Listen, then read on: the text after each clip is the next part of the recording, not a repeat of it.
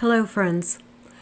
I know it's been quite a few days since I posted another chapter of the book, but it's been really hectic, and I want to thank you for being patient with me. I'm being heavily targeted, and they started tampering with the new job I just started and placing obstacle after obstacle in my path. So it's been a real challenge to maneuver. But I'm here and I'm going to keep putting out these chapters. Whoever this is that doesn't want this book out, they are definitely making that apparent. But God is in control. The divine is in control. And I'm going to keep putting out these chapters until the complete book is published. So let's get on with it. This is chapter 4, and it's called Marriage. And you'll find this, the reference to this in the video, The Vision, at the timestamp of 6 minutes and 58 seconds. Let's do this. The institution of marriage is defined by the state of being united as spouses in a consensual and contractual relationship recognized by law. And that's under Merriam-Webster.com. Around the 16th century, the church became involved in the institution of marriage, and therefore was written into the canon law.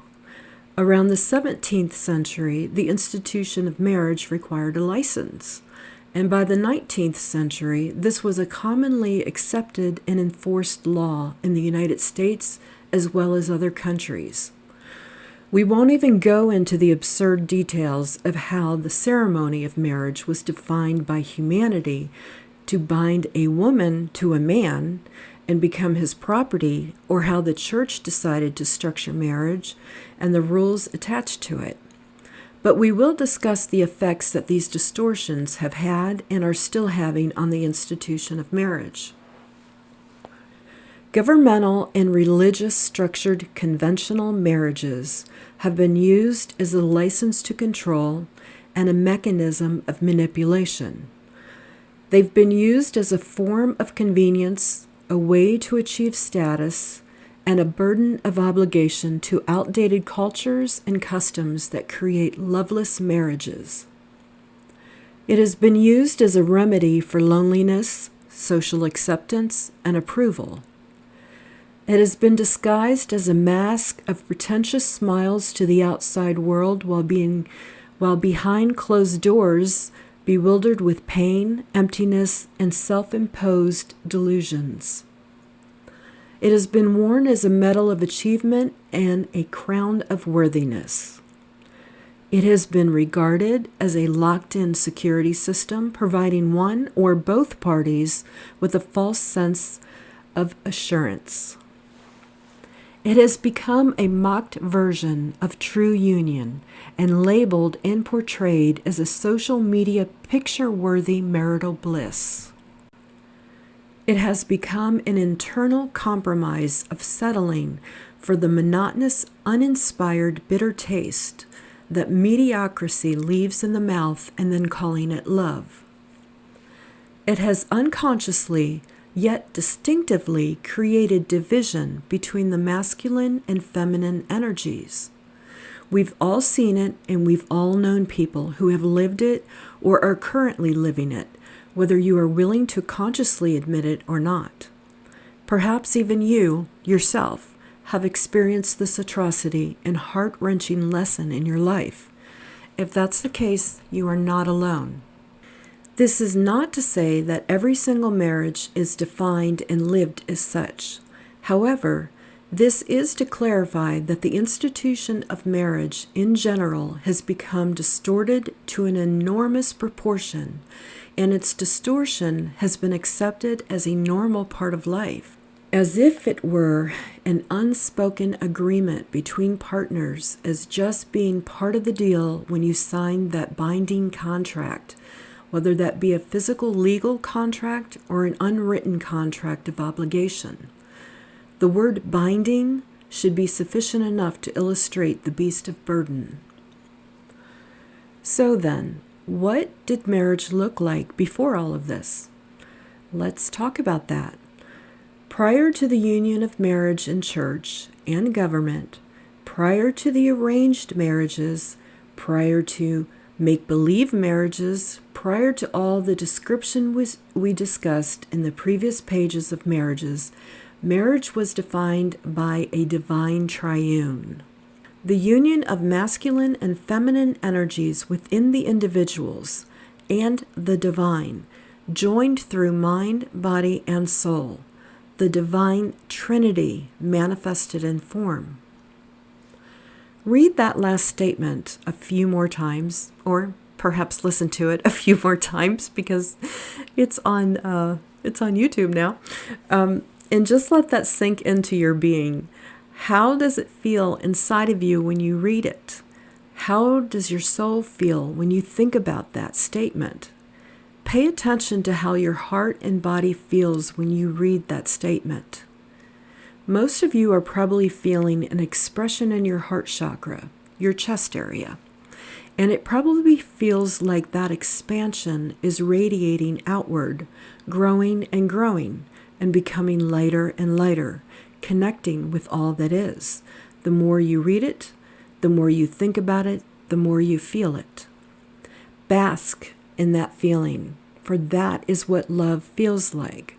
Love of self, love of another, just love itself. Love is an energy that creates and expands. The divine, the universe, God, goddess, cosmic energy, whatever term you prefer, is the full embodiment of pure love, and primal sexual energy is the creative force of love. And that is our true soul essence. We are the embodiment of all of that. Divine soul love is untouchable by any outside force. It comes from the very core of your essence and connects on levels of love and intimacy that nothing else could ever reach or imagine. It rips open places of your heart that you didn't even know existed. It destroys and strips you of everything that you are not until you are standing naked and with nothing left to bear but your own soul. Divine love is the phoenix rising from the ashes of the deceased ego. This kind of love is born within you first, before it can ever be recognized in another. And once you are enveloped by this kind of love, nothing else will ever do.